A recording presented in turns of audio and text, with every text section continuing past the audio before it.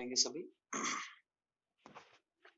नमो अरिहंताणं नमो सिद्धाणं नमो आयर्याणं नमो वजायाणं नमो लोये सव्वसाहुणम्।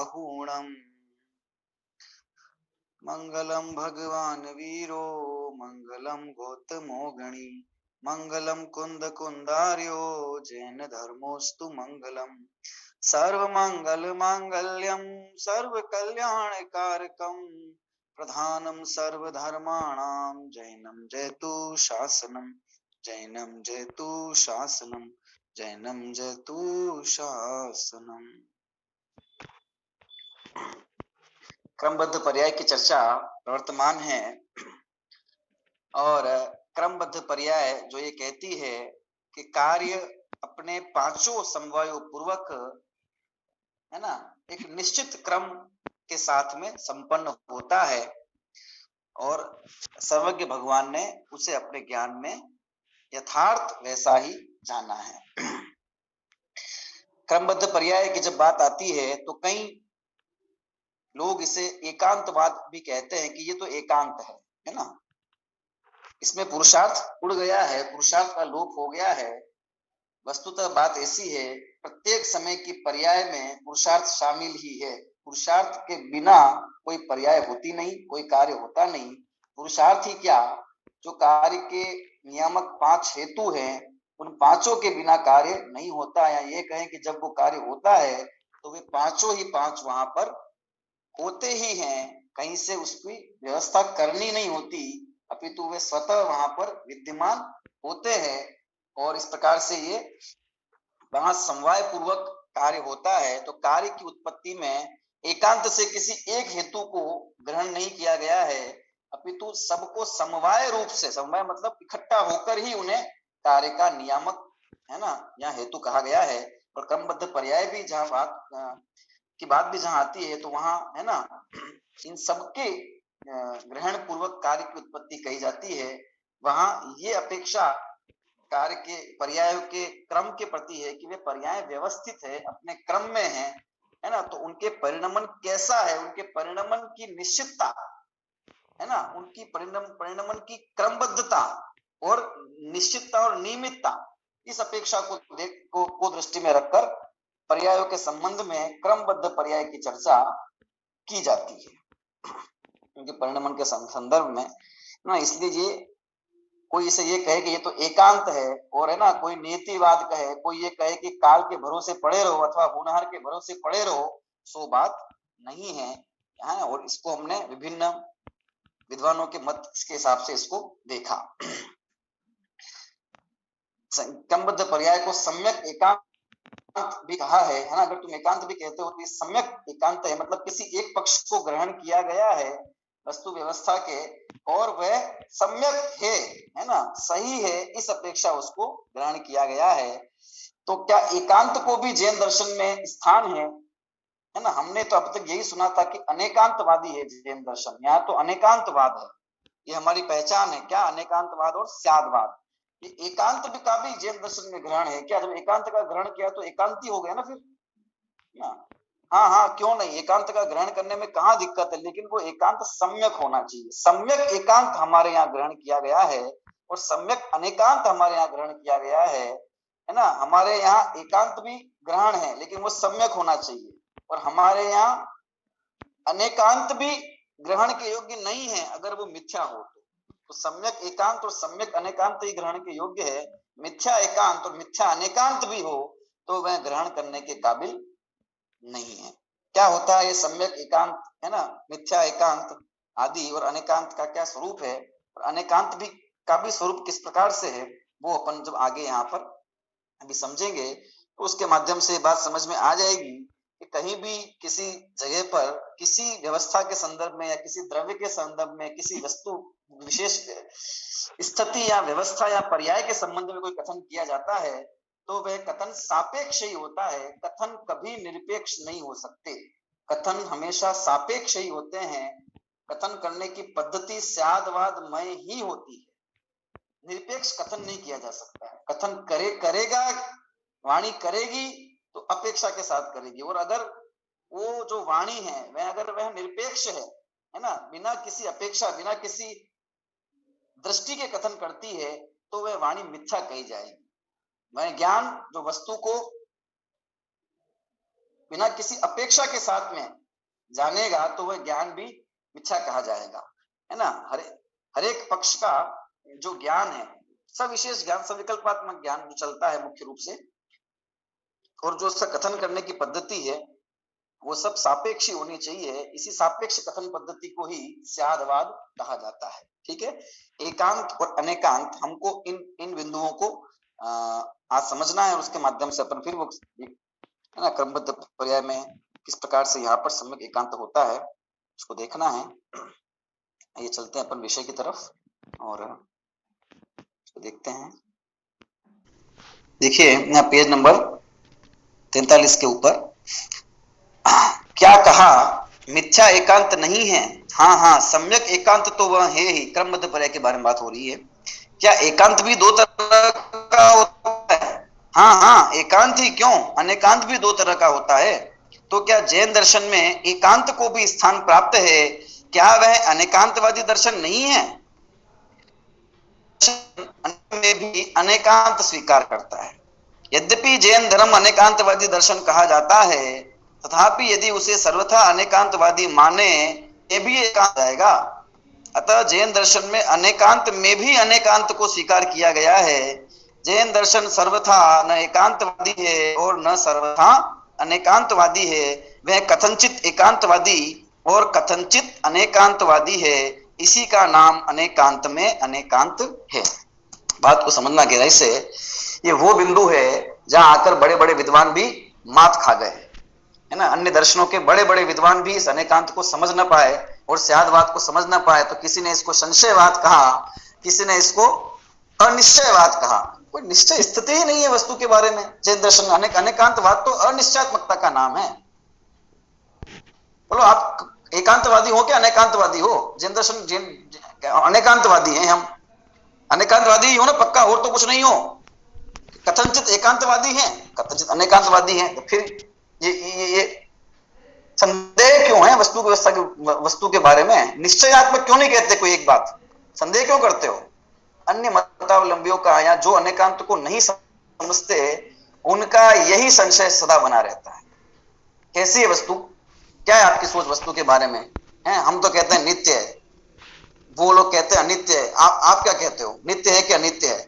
हम कहते हैं साहब नित्य भी है और अनित्य भी है। ये बात समझ में नहीं आती।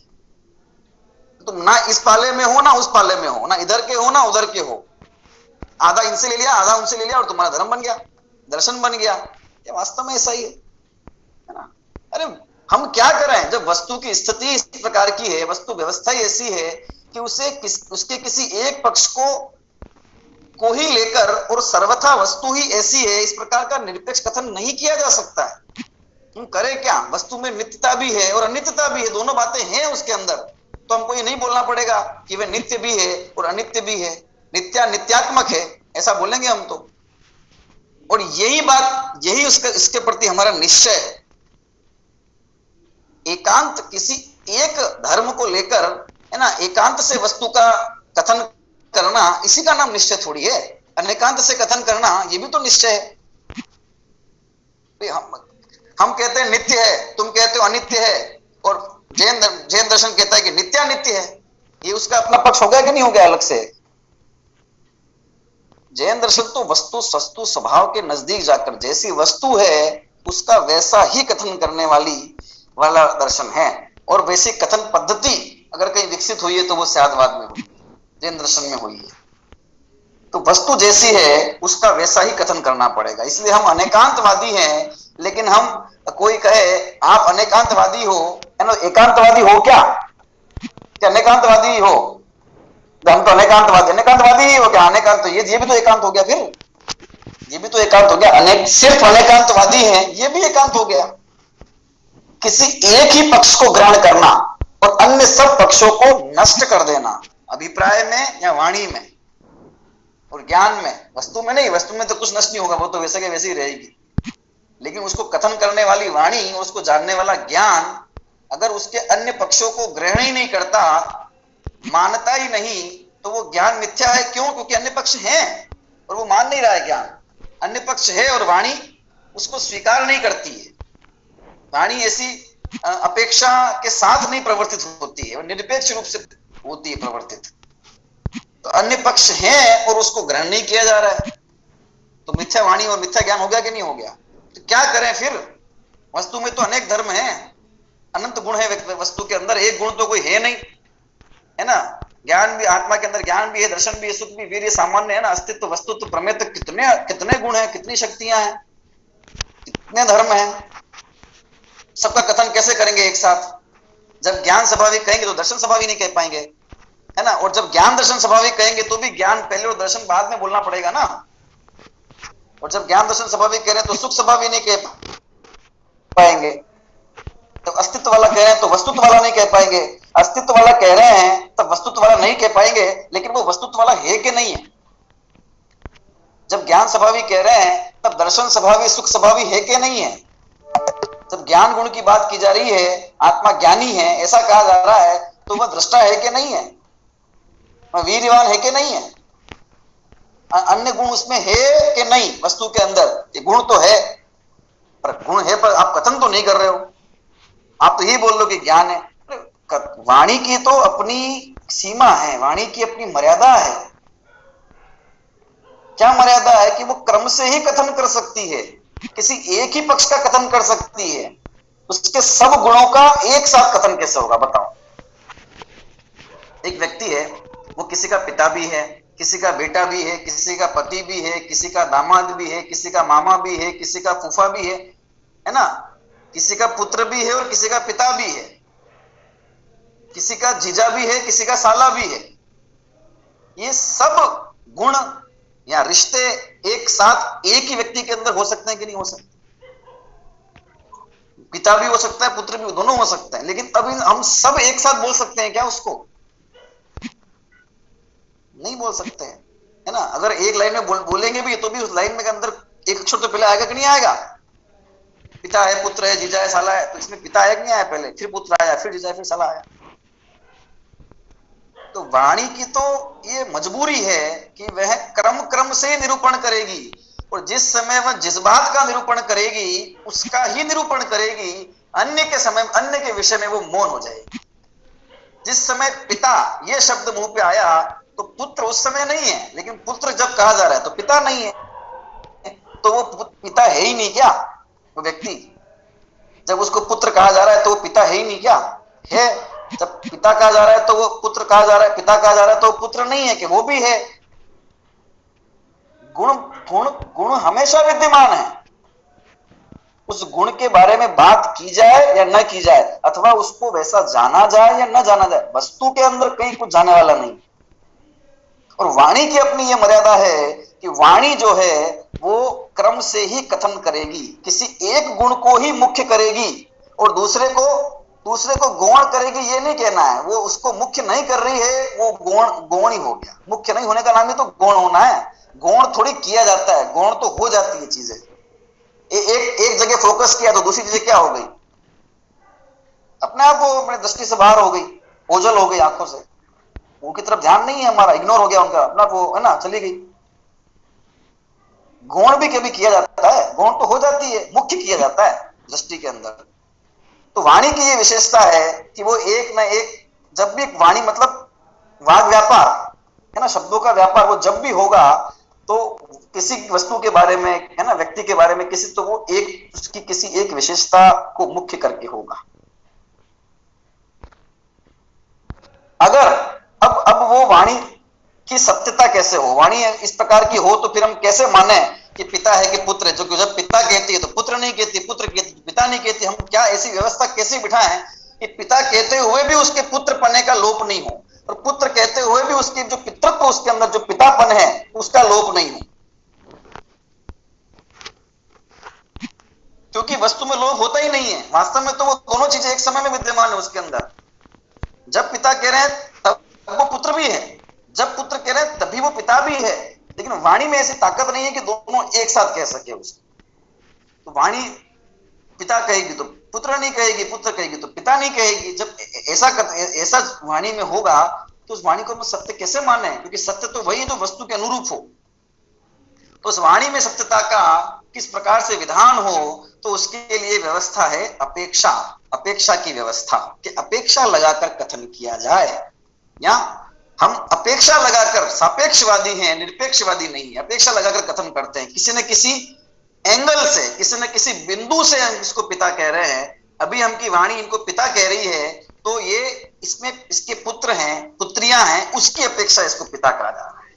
ये ग्रहण कर लेना चाहिए। कभी है ना अपेक्षा लगा के बात कर भी लेंगे, कभी नहीं करेंगे तो भी ग्रहण, क्योंकि हम जातवादी ही हैं, उसको मानना ही चाहिए।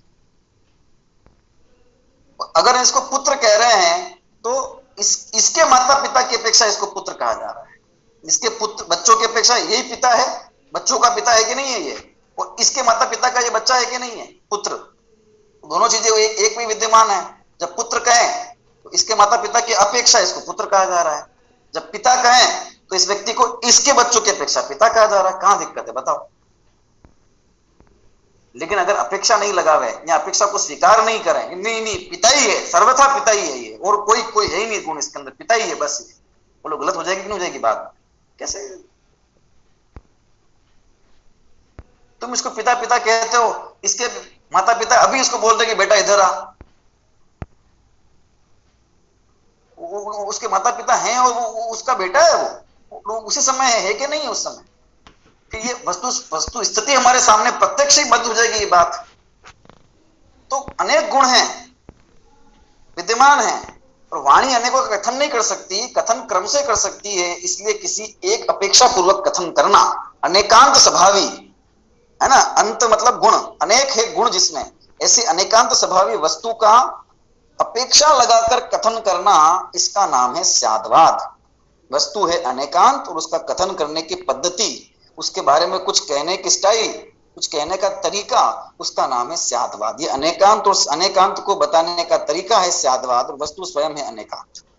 ये दो पक्ष हैं जैन दर्शन के, अनेकांत और स्याद्वाद। तो वस्तु के संदर्भ में जैन दर्शन का अपना मौलिक विवेचन है, जो किसी अन्य दर्शन में प्राप्त नहीं होता। और लेकिन ये परम सत्य है, क्योंकि इस ऐसा स्वीकार नहीं करने पर ना तो वाणी की सच्चाई ठहरेगी और ना वस्तु की पूरी समझ में हो पाएगी। तो हम कैसे हैं कि हम अनेकांतवादी हैं, अनेकांत को ग्रहण करते हैं।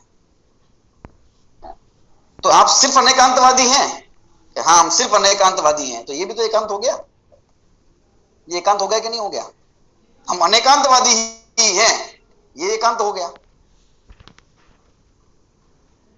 तो जैन दर्शन कहता है कि अनेकांत में भी अनेकांत है, अनेकांतोप्यनेकांत। तो क्या क्या है भाई, क्या अनेकांत लगाओगे कि एकांत ही हो जाओगे? कि हाँ हो जाएंगे कि हम अनेकांतवादी भी हैं और एकांतवादी भी हैं।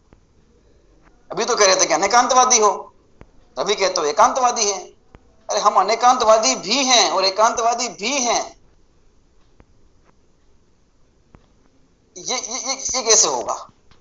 ये कैसे होगा? जब हम वस्तु के किसी एक पक्ष को ग्रहण करते हैं, नए की दृष्टि लगाते हैं, अपेक्षा से कथन करते हैं, वस्तु के किसी एक पक्ष को देखते हैं, वस्तु के एक पक्ष को ग्रहण करते हैं, उस समय विशेष के लिए, उस ज्ञान की विकसित पर्याय में, उस वाणी की उस वचन मात्र में, तो उस समय हम एकांतवादी हैं। जब हम संपूर्ण वस्तु का ग्रहण करते हैं, उसके अनेक धर्मों के साथ में उसको ग्रहण करते हैं, तो अनेकांतवादी हैं। प्रमाण की दृष्टि से देखते हैं वस्तु को तो अनेकांतवादी हैं, नए की दृष्टि से देखते हैं तो एकांतवादी। तो हो गया ना अनेकांत और एकांत दोनों। तो अनेकांतवादी भी हैं, एकांतवादी भी हैं। तो एकांत गलत नहीं हो गया? गलत क्यों? गलत नहीं है एकांत, एकांत गलत नहीं होता। अपेक्षा लगाकर वस्तु का कथन करना गलत कहां है? लेकिन शर्त यह है कि वो कथन वस्तु के स्वभाव के अनुरूप होना चाहिए।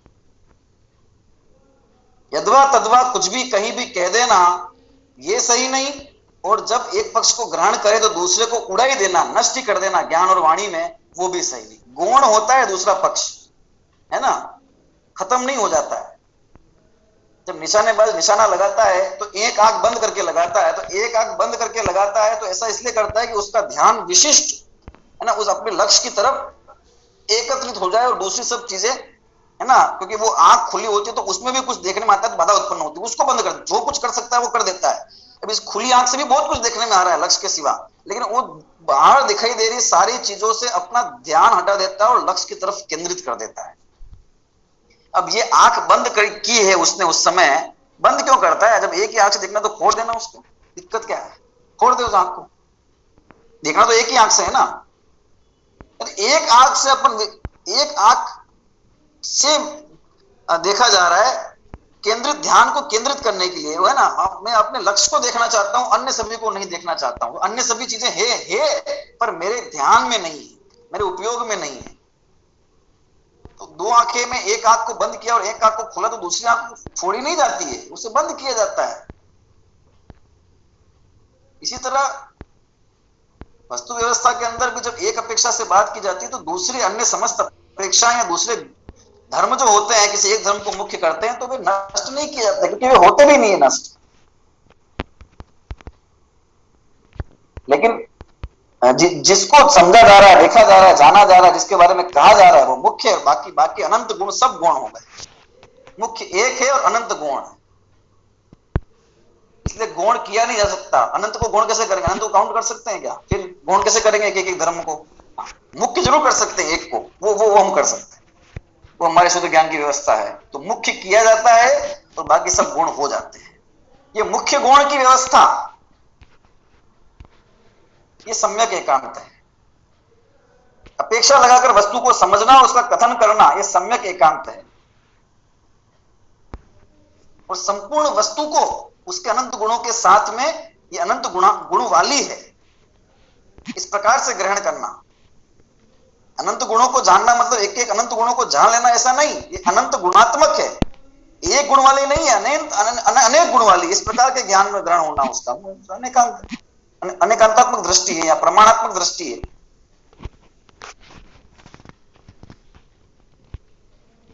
कथन होगा तो अपेक्षा लगाकर ही होगा, एक धर्म को मुख्य करके ही होगा, क्रम से ही होगा। जाना जाएगा तो क्रम से भी जाना जाएगा और संपूर्ण भी जाना जा सकता है।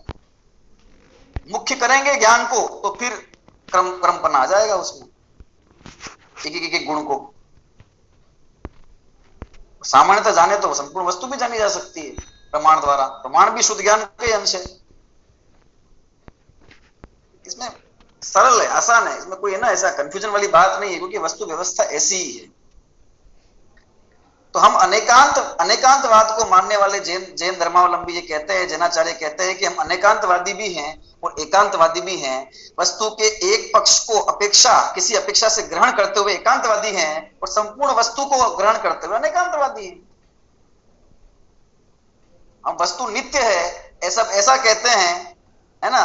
द्रव्य स्वभाव की अपेक्षा देखो तो वस्तु नित्य है, पर्याय स्वभाव की अपेक्षा देखो तो वस्तु अनित्य है। वो दोनों में से कौन सी बात झूठी है? दोनों में से बातें बिल्कुल विपरीत हैं। एक कह रहा है कि नित्य है, हमेशा रहती है, एक कह रहा है कि एक समय से टिक नहीं सकती, बिल्कुल नहीं रहती है, क्षणभंगुर है।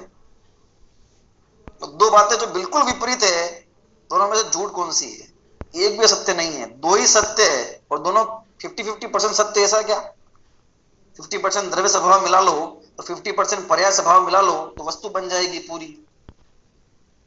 जिस अपेक्षा जो कथन किया जा रहा है वो उस 100% उस अपेक्षा, भाई द्रव्य स्वभाव की अपेक्षा 100% नित्य है, द्रव्य स्वभाव की अपेक्षा 50% नित्य है और 50% अनित्य ऐसा नहीं है। द्रव्य स्वभाव तो उसकी नित्यता को ही ग्रहण करता है, दृष्टि है, और पर्याय स्वभाव की अपेक्षा 100% अनित्य है। वो वाणी ये कहेगी, वो ज्ञान है, वस्तु तो नित्य नित्यात्मक ही रहेगी। पर्याय की अपेक्षा उसको अनित्य किए जाने पर भी वस्तु के नित्यता भंग नहीं हो सकती। द्रव्य की अपेक्षा उसको नित्य कहने पर भी उसकी जो पर्याय की होने की जो योग्यता है वो खत्म नहीं होगी। वस्तु में कुछ नहीं करना है, नए वस्तु में कुछ नहीं करता है ना। प्रमाण नए ये वस्तु में कुछ नहीं करते, केवल जानने की प्रोसेस है, जानने की प्रक्रिया है, और जो जैसा जाना है उसको कहने की प्रक्रिया है, जातवाद या नए। बात समझ में कि किस प्रकार से चलता है ये। तो हम अनेकांतवादी भी हैं, एकांतवादी भी हैं। एक पक्ष को देख कथन करते हैं अपेक्षा से या जानते हैं तो एकांतवादी हैं, संपूर्ण पदार्थ को ग्रहण करते हैं तो अनेकांतवादी हैं, है ना। द्रव्य की अपेक्षा नित्य है, ये एकांतवादी सम्यक एकांत हो गया। पर्याय की अपेक्षा अनित्य है, ये भी सम्यक अनेकांत हो गया। और नित्यानित्य है ऐसा जान रहे हैं एक उसी समय में, ये अनेकांत हो गया, प्रमाण हो गया, अनेकांत हो गया। प्रमाण अनेकांत, नय एकांत, है ना। सम्यक सम्यक ही होगा निश्चित रूप से, सम्यक नहीं है, सम्यक कौन सा नहीं है, सही सही नय है, सही अपेक्षा कौन सी नहीं है, वो जो अन्य सभी गुणों को खत्म कर दे, नष्ट कर दे, गुण नहीं करे, खत्म कर दे, वो गलत है। वो गलत क्यों है? क्योंकि वस्तु में अनंत गुण है। बात एकांतात्मक रूप से वस्तु को ग्रहण करना और एकांतात्मक रूप से वस्तु को ग्रहण, और इस प्रकार की मुख्य गुण की दृष्टि चलती रहती अपने प्रयोजन के हिसाब से। जैन दर्शन अनेकांत में भी अनेकांत स्वीकार करता है। यद्यपि जैन धर्म अनेकांतवादी दर्शन कहा जाता है, तथापि यदि उसे सर्वथा अनेकांतवादी माने तो यह भी एकांत हो जाएगा। सर्वथा अनेकांतवादी है, सर्वथा अनेकांतवादी, बस अनेकांतवादी, प्रमाण का विषय ग्रहण करता है, नए का विषय ग्रहण नहीं करता है। निश्चय नए व्यवहार नए कथन नहीं मिलता हमारे यहाँ। ये तो फिर कथन हुआ कि नहीं हुआ किसी एक अपेक्षा से? बोलो आत्मा ज्ञान स्वभावी है, ऐसे कथन मिलते कि नहीं मिलते, है ना। आत्मा ध्रुव है, अनित्य है, नित्य है, ऐसे कथन मिलते कि नहीं मिलते। एक है, ऐसे कथन मिलते कि नहीं मिलते। पर्याय से रहित है, ऐसे कथन मिलते कि नहीं मिलते। और पर्याय वाला है गुण पर्याय द्रव्यम, ये मिलता है कथन। अनेक रूपता को प्राप्त करता है, ये कथन मिलता है। नाना स्वभाव संयम, अनेक स्वभावों से सहित है। दोनों ही प्रकार के कथन मिलते हैं। तो दोनों ही प्रकार के कथन किसी न किसी अपेक्षा से कहे गए, और इसलिए कहे गए कि वो व्यवस्था वहां पर ऐसी है, इसलिए कहे गए। जो है ही नहीं तो उसके बारे में कपोल कल्पित कुछ भी कथन करना फिर नए नहीं हो सकता है, वो मिथ्या, फिर वो मिथ्या नहीं कहलाएगा। इसमें ना सापेक्ष नहीं है, वस्तु स्थिति के एक तो अपेक्षा से रहित है, और दूसरा जो है ही नहीं उसका कथन है। सिद्ध भगवान अलोकाकाश में रहते हैं, कोई इस प्रकार का कथन करे तो इस कथन में क्या है, क्या अपेक्षा हो सकती है? शीश तान के कुछ भी अपेक्षा लगा दे तो वो ठीक नहीं है ना। कथन मिथ्या हो जाएगा, है ना। झूठ को सच बनाने का नाम नहीं है अपेक्षावाद। जो सच है उसको कहने का तरीका है अपेक्षावाद। बात अगर समझ में आ जाए तो विश्व में जो विश्व के क्या घर से लेकर परिवार से समाज से लेकर विश्व के जो झगड़े हैं, जो बोलने से चालू होते हैं और मरने मारने पर खत्म होते हैं, वो प्रारंभ ही नहीं हो गए। अपेक्षा समझ जाए तो बात खत्म।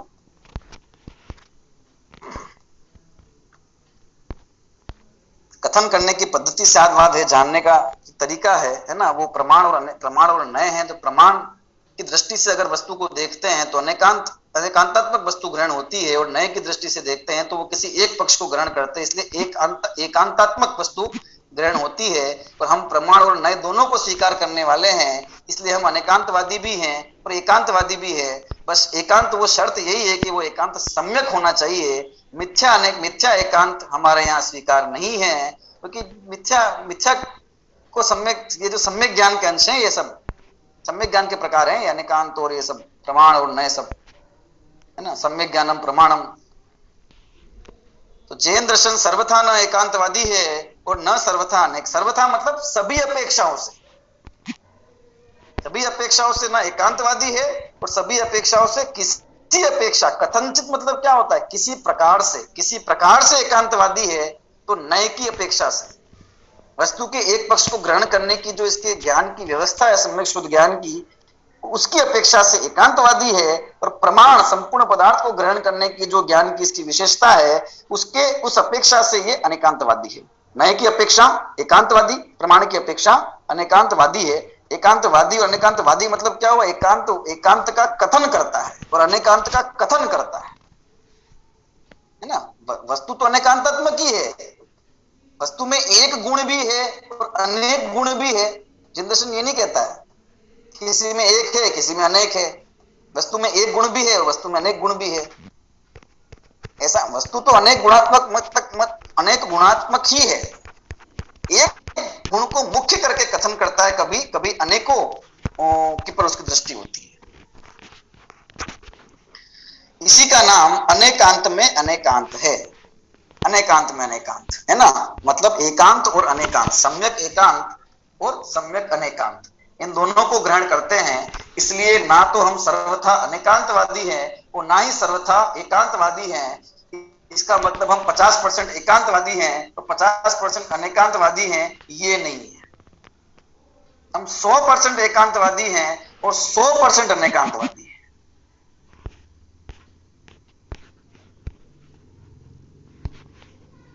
100% एकांतवादी और 100% अनेकांतवादी। 50-50 का काम वस्तु में भी नहीं है तो उसको जानने वाले हमारे ज्ञान में भी नहीं। प्रमाण की अपेक्षा 100% अनेकांतवादी और नए की अपेक्षा 100% एकांतवादी। इसमें कहां दिक्कत है? इस बात को समझने में कोई परेशानी? उदाहरण का, नींबू का उदाहरण दे, कोई किसी से पूछे कि नींबू कैसा होता है तो वो कहे कि नींबू तो गोल होता है। दूसरे से पूछा कि भाई आप बताओ कैसा होता है, खट्टा होता है। आप बताओ कैसा होता है, पीला होता है। अब ये बताइए नींबू गोल है या नहीं? है। उसको छूकर उसका आकार देख के हम पता लगा दिया पीला है कि नहीं, उसके रंग को देख के पीला है तो, और चख के देख लो खट्टा है कि नहीं। ये तीनों बातें उसमें है कि नहीं है, उसके स्पर्श की अपेक्षा देखो, रस की अपेक्षा देखो या वर्ण की अपेक्षा देखो, ये तीनों बातें उसमें है कि नहीं। अब कोई ये कहे कि नहीं नहीं नहीं ये क्या बात है, नहीं गोल ही है, ये पीला नहीं है, क्या बात करते हो? गोल भी और पीला भी दो कैसे हो सकता है? कोई कहे नहीं नहीं पीला ही है, खट्टा तो है ही नहीं, खट्टा कैसे हो सकता है? पीला है तो खट्टा कैसे होगा? कोई कहे नहीं क्या बातें करते हो, सिर्फ खट्टा ही है, ना पीला है ना गोल है, खट्टा है तो ये कैसे हो सकता है? बोलो ऐसा कोई कथन करे अगर तो वो उसकी बात झूठी है कि नहीं? पूरी तरह से झूठी है। और कोई ये कहता है कि ये गोल ही है ना, तो उसकी बात झूठी हो गई कि नहीं हो गई? कोई ये कहे कि खट्टा ही है तो उसका कथन मिथ्या हो गया। कोई ये कहे कि ये पीला ही है तो उसका कथन मिथ्या हो गया। लेकिन अब वो तीनों जने अपनी बात को ऐसा कहते हैं, अभी भी वो अपनी बात पे टिके हुए हैं, अभी भी वो है ना, अन्य की बात को उन्होंने लिया नहीं है। अब वो कहते हैं कि आकार की अपेक्षा देखो तो ये गोल है। मैं आकार की अपेक्षा बात कर रहा हूं, ये गोल है। अच्छा अच्छा ठीक है ठीक है। मैं तो इसके वर्ण की, इसके कलर की अपेक्षा बात कर रहा हूं, इसके कलर को देख रहा हूं की अपेक्षा। अच्छा अच्छा, और मैं इसके रस की अपेक्षा बात कर रहा हूं। अब रस आकार की अपेक्षा गोल है, मैं ये कहता हूं, और अन्य अपेक्षा, अन्य की अपेक्षा अन्य रूप हो सकता है, मुझे उसमें कोई दिक्कत नहीं है। लेकिन मैं अभी मेरी दृष्टि आकार के ऊपर है, मैंने इसलिए इसको गोल कहा। और मैंने गोल कहा है तो मैं इसके पीलेपन या खट्टेपन का निषेध नहीं कर रहा हूं, वो तो इसमें है, दिख रहा है प्रत्यक्ष।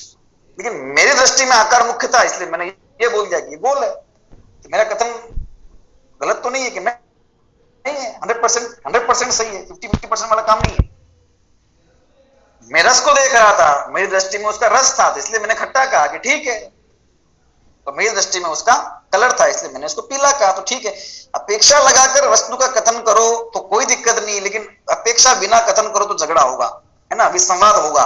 और गलत भी है वो, क्योंकि इसमें है सब तीनों ही चीजें, और हम बोले एक ही और जाने एक ही।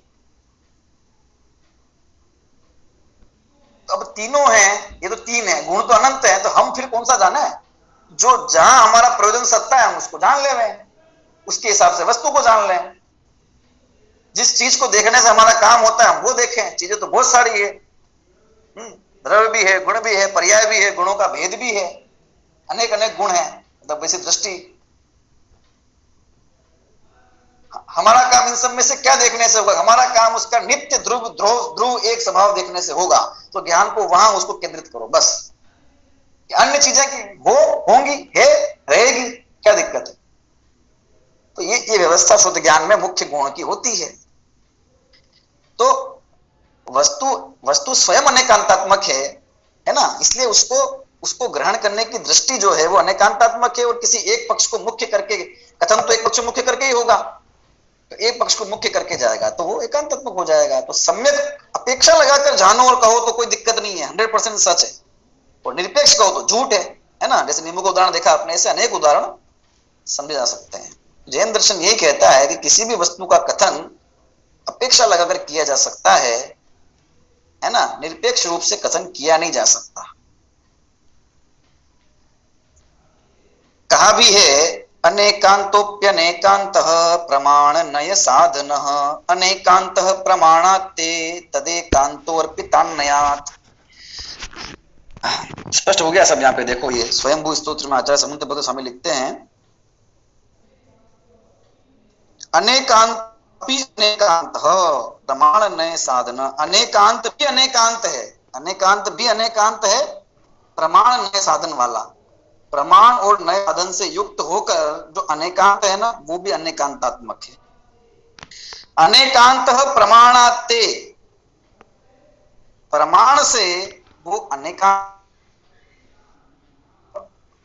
अर्पितान नयात, है ना, वो नए की अपेक्षा से, नए के व्यवहार से वही क्या है, एकांत है।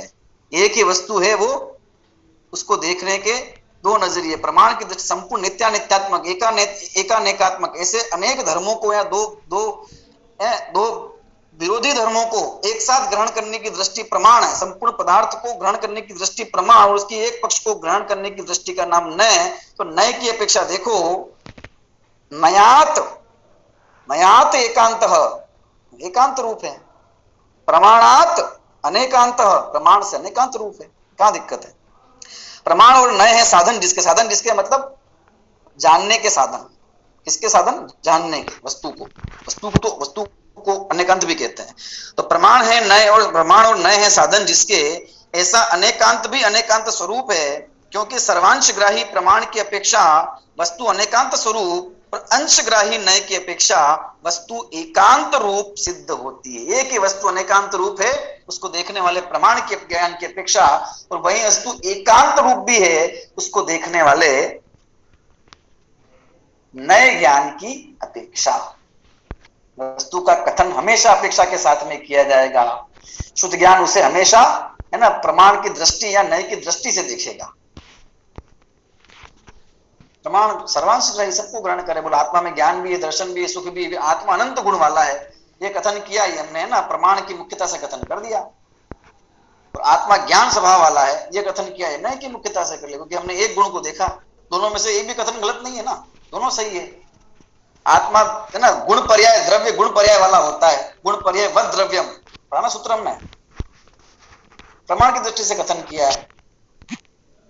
और द्रव्य गुण पर्याय से रहित होता है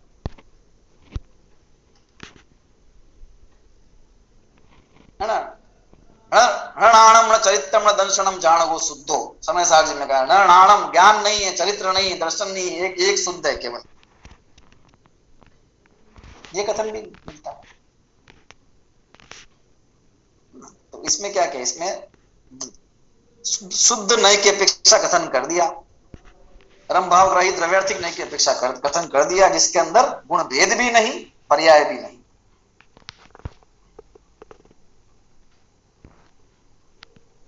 तो वस्तु को देखने का नजरिया यही नय है। वस्तु के अंदर कुछ होगा कि वस्तु में कुछ नहीं होगा? वस्तु में कोई ना किसी का ज्ञान कुछ कर सकता है, और चेष्टा तो कोई कुछ कर ही नहीं सकता, वो तो बात ही नहीं है ना। वस्तु में कुछ नहीं है, वस्तु को जानने की, है ना, वस्तु